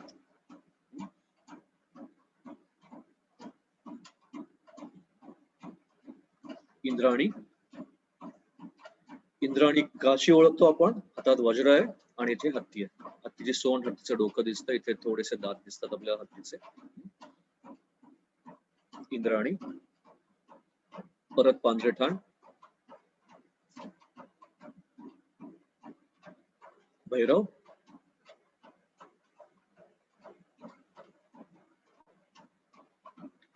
ही हेअरस्टाईल बघितली का तुम्ही? ही हेअरस्टाईल आपल्याला बऱ्यापैकी सगळीकडे दिसते काश्मीरच्या कृतींमध्ये. हे जे पुढचे केस आहेत ते वळवून वर घेतलेले आहेत आणि आतल्या केसांवर ते बसवलेत आणि आतले केस या बाहेरच्या केसांमुळे आतमध्ये व्यवस्थित बसलेले आहेत. ही हेअरस्टाईल बघा, टिपिकल काश्मीर. हे 3 तुटलेले आहेत वरचे हे, पण हे 3 त्रिकोणांचा मुकुट. ही हेअरस्टाईल आपण थोडं मागे जाऊ परत.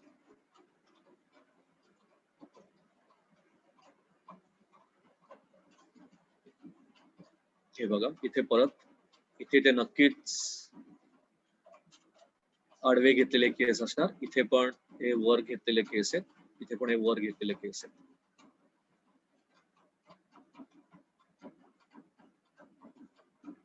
शिवा, आपल्याला त्रिशूळ जे दिसतं ते नेहमी याच पद्धतीने दिसतं. नॉर्मली ज्या ज्या मूर्ती मी बघितल्या त्या, काही वेगळं असूही शकेल, पण मी बघितलेल्याच्यांमध्ये आपल्याला हे त्रिशूळ दिसतं नेहमी आपल्याला शंकराचं. शिवा, इथे पण बघा हेअरस्टाईल सेम. वर पुढे हे केस आडवे घेतलेले आहेत आणि त्याच्यावरून हे केस आपल्याला वर घेतलेले दिसतात आणि हे आतले केस जॅम पॅक बसवलेले दिसतात.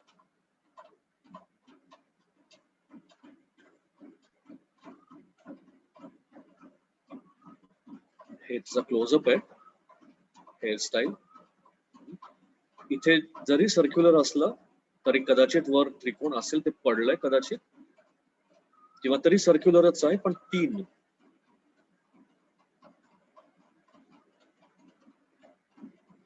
वैष्णवी, हातामध्ये शंख आहे, पद्म आहे आणि चक्र आहे. इथे काहीतरी शस्त्र असणार.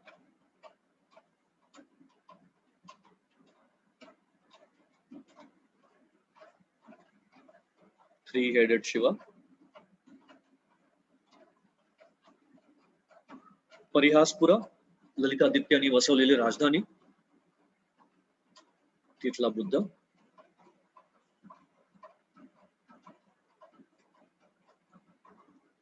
परिहासपुराचा सूर्य. सूर्य आपण कशावरून ओळखू शकतो?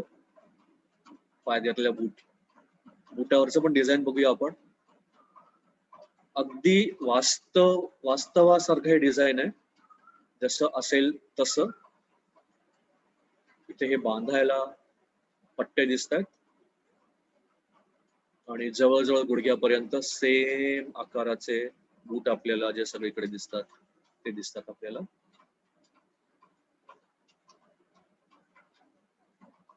ब्रह्मा, या ब्रह्माला दाढी नाहीये आणि त्याची हेअरस्टाईल पण तरी बघा तशीच आहे सेम.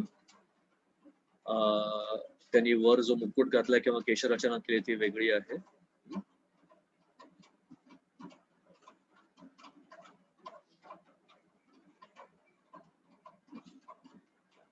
अवंतीपुरात सापडलेला विष्णू हा आपल्याला वैकुंठ विष्णू म्हणून बघता येतो. जे मूळ मुख आहे ते माणसाचं, एके ठिकाणी सिंहाचं आणि एके ठिकाणी वराहाचं.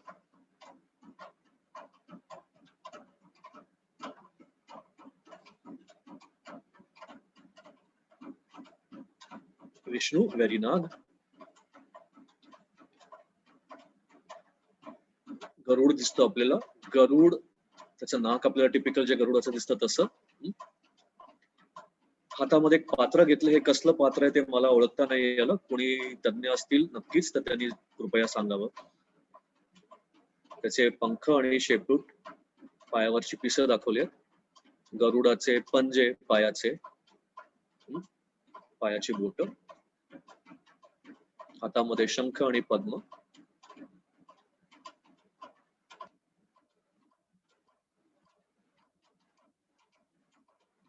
सुगंधेश हे आपण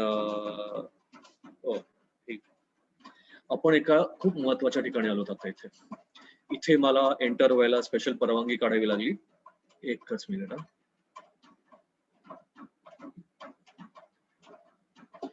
मिलिटरी कॅन्टॉनमेंट मध्ये आपण पोहोचलेलो आहोत. श्रीनगरच्या बाहेर हे मिलिटरी लष्करी छावणी उभारली गेली 50च्या दशकाच्या आसपास आणि तिथे ही एक वॉर सिमेट्री आहे.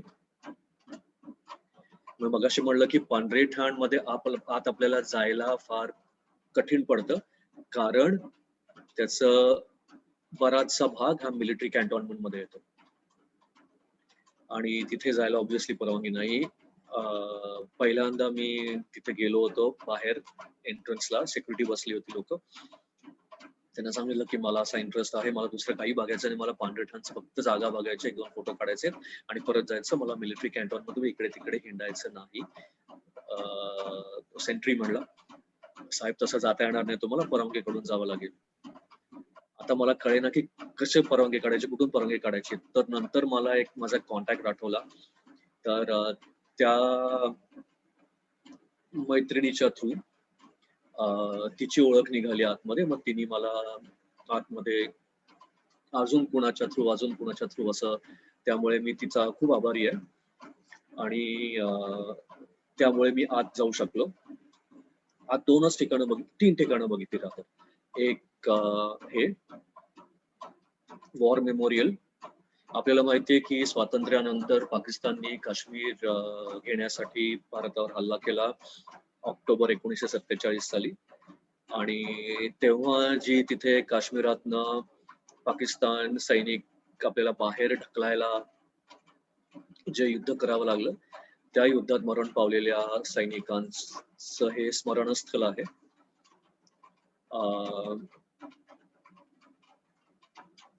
जे पांढरेठाणच्या ज्या मूर्ती आपण बघितल्या आधीच्या म्युझियम मध्ये, त्या मोस्ट प्रॉब्ली याच एरियामधनं घेतल्या असतील, आयदर मिलिटरी कॅन्टॉन्मेंट मधनं किंवा मिलिटरी कॅन्टॉन्मेंट मध्ये अजून एक स्थळ आहे तिथे उंचावर थोडंसं आर्किओलॉजिकल साईट आहे, तिकडनं घेतलं असेल.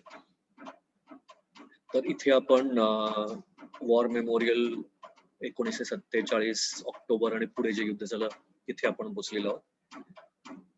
इथे जे काही आहे लिहिलेलं ते हृदयस्पर्शी आहे जरा. माखनलाल चतुर्वेदी हिंदी मधले खूप मोठे कवी, तर त्यांनी जी खूप मोठी कविता लिहिलेली आहे, प्रसिद्ध, मोठी म्हणजे आकाराने मोठी नाही, तर महान कविता अशी जी लिहून ठेवलेली आहे, आणि ती आम्हाला हिंदीमध्ये शाळेमध्ये होती, त्याच्यामुळे मला खूप ते रिलेट करता आलं की चाह नहीं मैं सुरबाला के गहनों में गुंथा जाऊं. याचं नाव आहे फूल की अभिलाषा, पुष्प की अभिलाषा, फुलाची इच्छा. चाह नहीं प्रेमी माला में बिंद प्यार को ललचाऊं, चाह नहीं देवों के सर पर चढ़ूं भाग्य पर इठलाऊं, मुझे तोड़ लेना वनमाली उस पथ पर तुम देना फेंक, मातृभूमी पर शीश चढ़ाने जिस पर जावे वीर अनेक. अतिशय योग्य, अतिशय ऍप्ट हे या ओळी आहेत. वॉर मेमोरियल, सैनिकांनी जिथे आपली बलिदान केलं, सगळ्यात मोठं बलिदान जे आहे, आपला प्राण दिला आपल्या मातृभूमीसाठी, तर त्याचं हे मेमोरियल, आणि तिथे या कवितांच्या ओळी तिथे लावलेल्या आहेत. ह्याच ठिकाणी पूर्णाकृती मंदिर एक दिसतं आणि त्याच्यावरून आपल्याला बाकीच्या मंदिरांची कल्पना येते. आणि मला या ठिकाणी जायचं होतं, त्यासाठी जायचं होतं की काश्मीरचं मंदिर सगळीकडे बघण्याविषयी आपल्याला कल्पनाच येत नाही की त्या मंदिराचा, मुख्य मंदिराचा आकार कसा असावा. तर ते हे, आणि थँक्यू, थँक्स अ लॉट.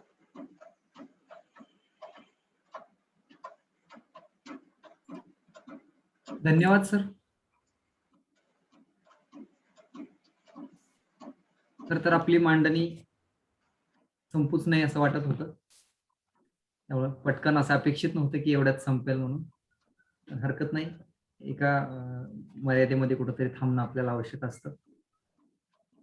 काही प्रश्न आहेत, ते प्रश्न घेऊयात सर, मोजकेच आहेत. मी या विषयामध्ये एक्सपर्ट नाहीये, मी अजूनही बाल्यावस्थेतच आहे, तर जर का मला त्याचं उत्तर माहित नसेल तर मी सांगेन की मला याचं उत्तर माहित नाही म्हणून. नक्कीच सर, काय हरकत नाही. पण आपण जी मांडणी केली त्या दृष्टीने काही प्रश्न येणं साहजिक, आणि काही थोडक्यात आहेत विषय. जरूर.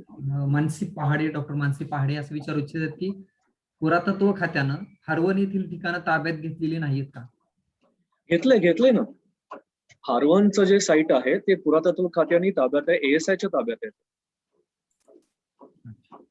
म्हणून तर तिकडे चांगलं मेंटेनन्स झालंय. तिकडचं आसपासचं जे शेती किंवा अजून काही ते साफ झालेलं आहे आणि चांगलं मेंटेनन्स चांगलं आहे. जे काही आपल्याला दिसतं ते वेल मेंटेन्ड आहे. अच्छा. आणखी एक म्हणजे प्रश्न आहे खरं तर त्यांचं मागणी आहे की मंदिराची चे फोटो पुन्हा एकदा बॅकग्राऊंडला पाहूयात आपण बोलत असताना. पुढचा प्रश्न कशा असा आहे, हां. आपण बोलत असताना बॅकग्राऊंडला काही फोटो दाखवत राहा तुम्ही जे अगोदर दाखवले होते त्यापैकी काही लोकांना ते पुन्हा पाहिजेत. आपण बोलत राहूयात दरम्यानच्या काळात. कोण कुठले प्रश्न बघायचे आहेत चालू त्यांना? हे मंदिरांचे फोटो त्यांना ते पाहिजे आहेत.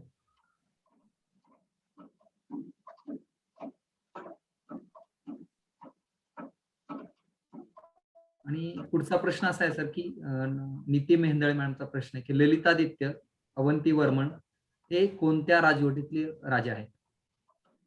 त्यांचं अ, घराणं कोणतं आहे? अवंतीवर्मन हा करककोट डायनेस्टीचा आहे आणि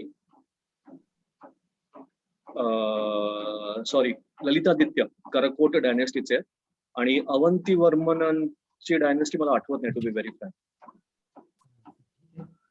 आणि आदित्य फडके सरांचा प्रश्न आहे की काश्मीरी शैवाचा संदर्भ कुठे पाहायला मिळाला का आपल्याला? काश्मीर शैविझमचा संदर्भ मला अ, तिकडच्या शैव मंदिरांच्या मध्ये बघायला मिळाला. पण त्याच्या पलीकडे तिकडे काही कार्यक्रम झालेत किंवा तिकडे दुसरं काही शैविझमच्या दृष्टीने काही झालेलं आहे असं काही मला बघण्यात नाही आलं. पण एक दोन पुस्तकांच्या वरनं मला त्याचा अंदाज आला की काश्मीरचं जे शैविझम आहे ते अतिशय महत्वाचं शैविझम आहे. काश्मीरची अजून एक विशेषता म्हणजे नीलमत पुराण जे आहे ते काश्मीरचंच आहे. शारदा लिपी शारदा पीठ जे आहे जे शारदा पीठ जे अनफॉर्च्युनेटली आज पाकिस्तान ऑक्युपाईड काश्मीरमध्ये गेलेलं आहे ते आहे आपल्याकडे. नंतर असं म्हणतात की शारदा पीठ ही खूप मोठी युनिव्हर्सिटी होती आणि बनारस म्हणजे वाराणसी काशी वगैरे इथून जे आपण जातो की तिथून अभ्यास पूर्ण करून तिकडून अभ्यास करून जर का अजून पुढे कुठे जायचं असेल तर ते आपण शारदा पीठाकडे येऊ शकतो. हे असं आपल्याला दिसतं. शारदा पीठ हे त्या काळी खूप मोठं विद्येचं स्थान होतं. Okay sir. चालेल. आपण खूप छान अशी मांडणी केलीत. एकूणच आपण दाखवलेल्या स्लाइड्स म्हणजे खूप सारा फोटो आपल्याकडे आहेत आणि त्यातले काही निवडक गोष्टी आपण आम्हाला दाखवल्यात. त्याच्यातून एक जाणवलं की प्रचंड भटकंती आणि प्रवास आपण केलेला आहे. त्याचा आवाका थोडासा आमच्या समोर व्यक्त झाला. आणखी एक महत्वाची बाब की पर्यटक दृष्टीचा विकासाच्या दृष्टीने पण हा एक महत्वाचा भाग आहे की काय बघावं, कसं जावं तर हेही काही संदर्भ आपल्याकडून मिळाले. पर्यटन नकाशावर नसलेली ठिकाणं आपण आम्हाला दाखवली. खरं तर ज्या बाबी आम्हाला माहिती असतील तिथं जातील कदाचित भविष्य काळामध्ये अशी अपेक्षा करूयात आपण की हे भारताचं नंदनवन अत्यंत शांत होईल आणि आपण तिकडं शांततेने जाऊ शकू. आणि अशा वेळी जेव्हा जातील तेव्हा कदाचित ही पर्यटन स्थळं पाहू शकतील लोक. कारण पर्यटन स्थळावर च्या नकाशावर नसलेली गोष्टी आम्हाला तुम्ही दाखवल्यात. हे सगळं अनुभवता आलं. आभासी का असेना पण तिथपर्यंत पोहोचता आलं. हा एक महत्वाचा अनुभव होता. अनोखी अशी माहिती आणि ती समक्ष काढलेल्या फोटोतून मिळणं हा अत्यंत महत्वाचं होतं. विशेष करून काश्मीरी स्थापत्य शैलीची वैशिष्ट्य आपण जी सांगितली ती निश्चितपणे भारतीय मुख्य भूमीतल्या अभ्यासकांच्या दृष्टीने महाराष्ट्रातल्या अभ्यासकांच्या दृष्टीने महत्वाची होती आणि मंदिर स्थापत्य अभ्यासकांना निश्चितपणे ही वेगळेपण अनुभव देणारा भाग होता. मूर्त्यांचं विवरण आपण केलं तिथली शैली आणि तिथली वैशिष्ट्य वेगळेपण आपण सांगितले. खरं तर मूर्तिशास्त्राचे बरेचसे अभ्यासक इथे आहेत. मूर्त्यांच्या अनुषंगाने ते जाणतातच. पण तिथलं वेगळेपण काय आहे ह्या दृष्टिकोनातून आपण प्रत्येक वेळी विचार केला आणि आपला विषय निश्चितपणे अनेक इथं जे मान्यवर अभ्यासक आहेत, प्रेक्षक आहेत त्या सगळ्यांना उत्सुकतेचा भाग होता की काश्मीर मधलं काय नेमकं पाहायला मिळणार आहे. काश्मीर हा नेहमी भारतीयांचा उत्सुकतेचा विषय राहिलेला असतो आणि तो अनसीन अशा प्रकारचा जो भाग आहे तो एका प्रकारे आभासी स्वरूपात आमच्या समोर उघड केलात आपण. त्या दृष्टीनं मनःपूर्वक आभार व्यक्त करतो. धन्यवाद सर. आणि अत्यंत छान अशा पद्धतीने हे सगळं सविस्तर विवेचन केलं. सहज संवाद गप्पा अशा स्वरूप होतं त्याचं कुठेतरी व्याख्यानाचं स्वरूप आपलं नव्हतं. ही अत्यंत अनोखी गोष्ट आणखी एकदा सांगू इच्छितो आणि आभार व्यक्त करतो. धन्यवाद. Thank you sir. शिरसाट सर, तुमचे आभार मानायचे विसरलो मी. सोनटके सरांचे मानले, पण तुमचे आभार मानायचे विसरलो, त्याबद्दल सॉरी. तुमचे पण खूप खूप आभार सर. तुमचे पण आभार. तर आमचे आभार मानण्यापेक्षा आपल्यासारख्या अभ्यासकांनी खरं तर ही व्याख्यान मला इथपर्यंत चालली आहे. आयोजक हा भागपेक्षा आपण हे सर्वजण बोलताय मुक्तपणे आपलं ज्ञान इथं उपलब्ध करून देताय, खरं तर उधळण करतायत आणि त्यातूनच हे सगळं चाललंय. आभारी आहे. धन्यवाद सर. थांबूयात. Thank you sir. थँक्यू.